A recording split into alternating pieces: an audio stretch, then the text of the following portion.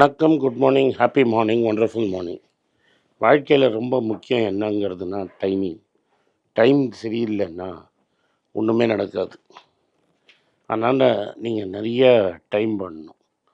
இதில் எனக்கு ஒரு பெரிய பெரிய கதை இம்பார்ட்டண்ட்டாக நான் சொல்கிறது வாரன் பஃபெட்டோட கதை. இந்த வாரன் பஃபெட்டோட கதை டைம் எவ்வளோ இம்பார்ட்டண்ட்டுங்கிறத உங்களுக்கு நன்னா புரிய வைக்கும். என்ன விஷயம்னா, 60 வயசு அரைச்ச பஃபெட்டை $1 பில்லியன் இருந்தது. அன்றைக்கே பஃபெட் எல்லாம் போகிறோம் அப்படின்னு சொல்லி ரிட்டையர் ஆகிடுதான்னு வைங்க. இன்றைக்கி நம்மளுக்கு யார் பஃபெட்னே தெரிஞ்சிருக்காது. நிறைய பேர் இருந்தாம்பா, இவனும் ஒருத்தந்தாம்பா அப்படின்னு இருந்திருக்கும். ஆனால் அந்த 60லேருந்து 95 வயசு இப்போ அவருக்கு. அடுத்த 35 வருஷத்தில் அந்த 1 பில்லியனுங்கிறது 300 பில்லியனாக மாறிடுச்சு. அந்த 300 பில்லியனில் ஒரு 150 பில்லியன் ஆல்ரெடி கொடுத்து முடிச்சிட்டாரு. கையில் 160 பில்லியன் வச்சுருக்கிறார். 160 பில்லியன் டாலருங்கிறது சாதாரண காசு கிடையாது. 1 பில்லியனுங்கிறது 9,000 கோடி. அப்போனா எவ்வளோ பில்லியன் நீங்களே பார்த்துக்கோங்க. 160 பில்லியன் வச்சுருக்கிறார். அவர் company 5th largest holder of federal debt. Private இண்டிவிஜுவல்லையே அவரது தான் ஹையஸ்ட்டு. அவர்கிட்ட மேலே இருக்கிறது எல்லாமே கண்ட்ரிஸ் தான் வச்சுருக்காங்க. எதுக்கு இந்த கதையை உங்களுக்கு சொல்கிறேன்னா, டைம்ங்கிறது எவ்வளோ முக்கியம் பாருங்கள். 60லேருந்து 95ங்கிறது 35 வருஷம். அவர் 11லேருந்து 60 வயசு பண்ணதை தான் 60லேருந்து 95 பண்ணார். இது லாக்ரிதமிக் எப்படி எக்ஸ்பெரன்ஷியல் கெயின் எப்படி வரும்னா, ஃபார் அ லாங் டைம் அது எக்ஸ் ஆக்சிஸு பேரலாக வரும். கடைசியில் ஒரு ஹாக்கி ஸ்டிக் மாதிரி மேலே தூக்கிடும். அவளோட டேக் ஆஃப் பாயிண்ட் 65 வயசு. 65 வயசுலேருந்து 95 வயசு வரைக்கும் பொறுமையாக அவர் பண்ணுறத பண்ணிக்கிட்டே இருந்தார். அது மட்டும் இல்லை, 2000 அவருக்கு ஒரு 70 வயசு இருக்கிறச்ச முட்டாளே பஃபெட் கதையே முடிஞ்சிருச்சுன்னாங்க. ஆனால் கடைசியில் பல ஐடி கம்பெனி முடிஞ்சிருச்சு.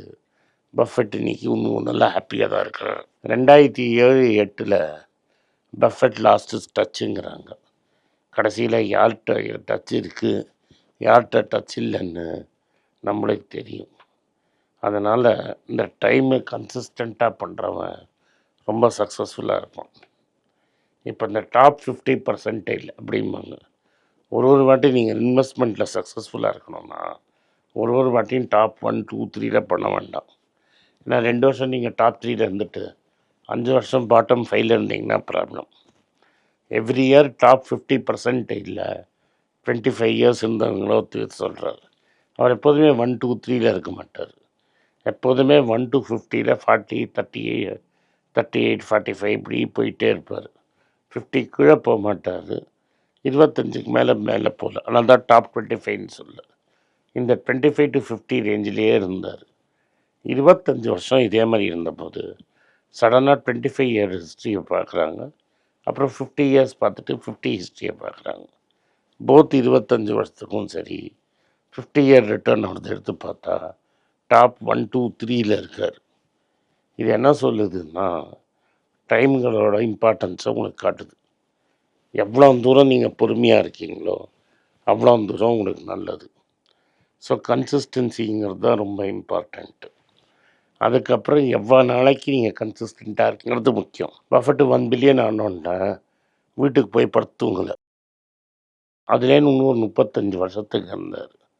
So consistent becomes visible. அதாவது நீங்கள் கன்சிஸ்டண்ட்டாக இருக்கேங்கிறது எப்போ தெரியும்? பல டிக்கேடுகள் பண்ணால் தெரியும். 3.5 டிக்கேட் அவன் பண்ணப்புறம் தான் 1 பில்லியன் 3 பில்லியன் ஆச்சு. எல்லோரும் பஃபெட்டை பற்றி பேச ஆரம்பித்தாங்க. அது வரைக்கும் அவனுக்கு பொறுமையாக இருக்கணும். இந்த பொறுமை இல்லைன்னா நீங்கள் காணாமல் போயிடுவீங்க. டெம்ப்ரரியாக ஒரு மோட்டிவேஷன் வருது பாருங்கள். ஒரு ஹை தோனியை இன்றைக்கி அடிக்கிறத பார்த்துட்டு நம்ம வீட்டு பக்கத்தில் இருக்கிற மேட்ச்சில் அடுத்த நாளைக்கு 5 6 அடிக்கலாம். அது ஒரு டெம்ப்ரரி மோட்டிவேஷன். அது ஒரு மேட்ச் தாங்கும், 2 மேட்ச் தாங்கும், குயிக்காக காணாமல் போயிடும். அது உங்களுக்கு ஒரு ஹேபிட்டாக மாறலைன்னா இன்வெஸ்ட்மெண்ட்டுங்கிறது ஒரு குவக்கி ஃபேட் ஆகிடும். இன்றைக்கி கேர்ள் ஃப்ரெண்டோட சுற்றுறதுக்கு காசு போடணுன்னா கொஞ்சம் மார்க்கெட்டில் போட்டு காசு எடுத்துக்கிற மாதிரி ஆகிடும். நீங்கள் ஃபுல்லாக பக்காவாக இருக்கணும்னா இந்த டெம்ப்ரரி ஆசைகள்லாம் இருக்கவே கூடாது. ஏன்னா அது குயிக்காக மோட்டிவேஷன் போயிடும். இப்போ நீங்கள் மார்க்கெட்டில் இன்ட்ரெஸ்ட்னால் லாங் டேர்மாக மார்க்கெட்டில் இன்ட்ரெஸ்ட் இருக்கணும். குயிக்காக இந்த சைடு வந்து அந்த சைடு வெளில போனீங்கன்னா ஒரு நாளைக்கு காசு பண்ணுவீங்க, 2 நாளைக்கு காசு பண்ணுவீங்க, கடைசியில் பெருசாக போயிடும், புட்டுக்கும். நீங்கள் ஒரு 30 வருஷம் 40 வருஷம் பஃபெட் மாதிரி 70 வருஷம் ஒரு வேலையை கரெக்டாக உங்களுக்கு எனார்மஸ் டிசிப்ளின் வரும். ஊரே உங்களுக்கு மரியாதை காட்டும். அந்த எஃபெக்ட் ரொம்ப நல்லாயிருக்கும். இன்றைக்கி பஃபெட்னா அவன் ஏன் வாங்கினான், எதுக்கு வாங்கினான்னு தெரியாது. அவன் பாஸ்டர் கார்டை பார்த்து வாங்கினான்னா ஏதோ நல்லா தான் போ, தலைவன் எல்லாம் கரெக்டாக தான்ப்பா பண்ணியிருப்பான், எல்லாம் கரெக்டாக பண்ணியிருக்கான்னு கரெக்டாக இருப்போம். அவன் தப்பு பண்ணால் கூட அது அவன் கேரக்டர் இல்லைப்பா, ஏதோ தெரியாமல் இருக்குன்னுட்டுருவாங்க. இன்றைக்கி சிஎஸ்கேல தோனி அந்த ஸ்டேஜுக்கு போயிட்டான். அவன் நான் ரிட்டையர் ஆகலைன்னா கூட இவங்க ரிட்டையர் ஆக விட மாட்டேங்கிறாங்க. ரீசெண்டாக ஒரு அட்வர்டைஸ்மெண்ட் வருது, தோனி ஒரு ரொம்ப வயசானவராக ஒரு ஐபிஎல் மேட்ச் பார்க்குறாரு. கூட இருக்கிறவங்க எவனோ ஃபோன் வர்றது, கூட இருக்கிறவங்க யாரோ எடுக்கிறாங்க. நீங்கள் பேசுகிறீங்கன்னு இப்படி இப்படி இப்படி கையை காட்டுறாரு. உடனே அப்பாவுக்கு ஹார்ட் அட்டாக் வந்துட்டு இப்போ தான் போயிட்டாரு அப்படிங்கிற மாதிரி சொல்லி ஃபோனை வச்சிடுறாங்க. நான் எதுக்கு சொல்ல வரேன்னா, தோனி என்ன அந்த விஷயத்தில் அவர் 20 வருஷம் 17 வருஷம் கண்டினியூஸாக ஆடி 42 வயசில் ஆடுறதுக்காக அந்த அட்வர்டைஸ்மெண்ட் சொல்கிறார். இந்த வருஷம் அவரோட கடைசி வருஷமா இல்லையான்னு நம்மளால் சொல்ல முடியல. அடுத்த வருஷமும் மஞ்சப்பேடை கட்டின்னு வந்துட்டார்னா உங்களோட டவுட்டில் இருக்குது. ஆனால் ஃபேன்ஸ் எல்லாம் நினைக்கிறது இந்த வருஷம் அவரோட லாஸ்ட் இயர்னு. ஏன்னா லாங் டேர்மில் அவர் இது மாதிரி பண்ணிகிட்டே இருக்கிறதுனால, அந்த ஹேபிட்னால, அந்த லாங் டேர்ம் ஹேபிட்னால அந்த மனுஷன் 50 வயசு இருந்தாலும் இந்த மேட்ச் ஆடுவான்ப்பா. அவனை பார்த்து அவனோட கூட இருக்கிறவங்கெல்லாம் பயப்படுவாங்க அப்படின்னு நினைக்கிறாங்க. The longer you play at a level, நீங்கள் என்ன விளையாடினாலும் டெஃபினட்டாக each day it will get better. அதே மாதிரி ஒரு கேமை எவ்வளோ நேரம் ஆடுறீங்க, லாங்கராக ஆடுறீங்கன்னு தான் முக்கியம். இந்த லாங்கர் அது வந்து நீங்கள் ஆட ஆட அது ஆட்டோமேட்டிக்காக ஒரு ஹேபிட்டாக மாறிடும். ஒரு எலிங்களை ஒரு 4 எலிங்களை பிடிச்சி வச்சுருந்தாங்க ஒரு ரூமில். அந்த ஒரு பட்டன் லீவர் அமுக்கினா அதுலேருந்து ஒரு ஜூஸ் வரும். அந்த எலியோ குரங்கோ அதை குடிக்கும். எலியும் வச்சும் பண்ணோம், குரங்கு வச்சும் பண்ணோம், அந்த ஜூஸை குடிக்கும். முதல்ல அந்த லீவர் அனுப்புறதுக்கு 10 நிமிஷம் ஆச்சு. அப்புறம் குரங்குக்கும் எலிக்கோ அது அமுக்கினா ஜூஸ் வரும் தெரிஞ்சோடனே அது டப்புன்னு உடனே அமுக்க ஆரம்பிச்சிருச்சு.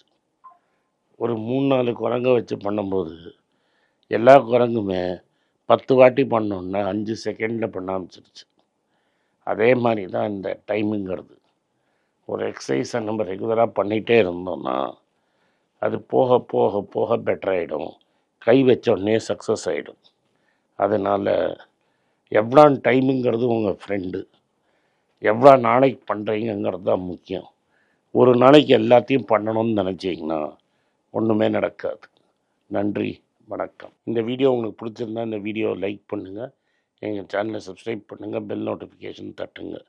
இந்த வீடியோ முடிஞ்சால் அவங்க சொந்தக்காரங்களும் ஃப்ரெண்ட்ஸுக்கும் அனுப்புங்க, அவங்கள பார்க்க சொல்லுங்கள். நன்றி, வணக்கம். வணக்கம். குழந்தைங்களுக்காக ஒரு புஸ்தகம் லான்ச் பண்ணோம். அது ரொம்ப சக்ஸஸ்ஃபுல்லாக இருக்குது. யாருக்கெல்லாம் அந்த புஸ்தகம் போகணுமோ எங்கள் டீமுக்கு கான்டாக்ட் பண்ணுங்கள். கீழே இருக்கிற நம்பர்லேயும் வெப்சைட்லேயும் கான்டாக்ட் பண்ணிங்கன்னா உங்களுக்கு அந்த புஸ்தகத்தை நீங்கள் வாங்கிக்கலாம். மற்ற எங்கள் புஸ்தகமும் அவைலபிள். எங்கள் வெப்சைட் மூலமாகவும் வாங்கலாம். கீழே இருக்கிற வாட்ஸ்அப் நம்பர்லேயும் மெசேஜ் அனுப்பலாம். நன்றி, வணக்கம்.